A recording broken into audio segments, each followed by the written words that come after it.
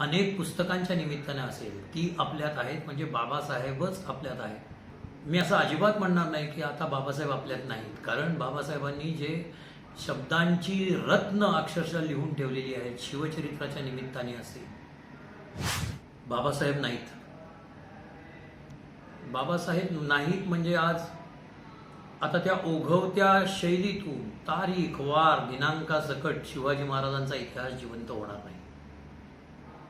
शिवशाहीर बाबासाहेब पुरंदरे म्हणजे आमच्या पिढीसाठी किंवा माझ्या नंतरच्या पिढीसाठी सुद्धा, की ज्यांनी आम्हाला शिवाजी महाराज आम्ही जे समजू शकलो, उमजू शकलो, जाणू शकलो, तेच मुळी बाबासाहेबांमुळे जाणू शकलो। बाबासाहेबांचं वक्तृत्व इतकं अमोघ होतं की आपण जणू मावळे झालेलो आहोत आणि आपण तानाजी बरोबर सिंहगड सर करायला चाललेलो आहोत, पन्हाळ्याचा लढा आपल्या अवतीभोवती घडतोय, अशा पद्धतीने इतिहास आपल्यापर्यंत पोहोचवण्याचं फार मोठं काम जवळजवळ 7 दशक बाबासाहेबांनी केलं।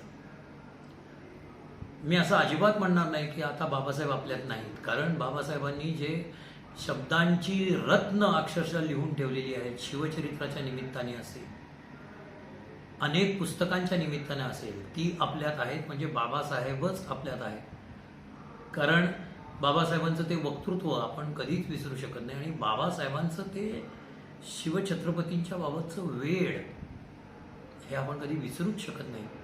त्यामुळे मी असं कधीही म्हणणार नाही की मोठी पोकळी निर्माण झाली, कारण ती पोकळी ही बाबासाहेबांनीच आपल्या वक्तृत्वानं, आपल्या साहित्यानं भरून काढलेली आहे। श्रीमंत शिवशाहीर बाबासाहेब पुरंदरे यांना माझी विनम्र श्रद्धांजली।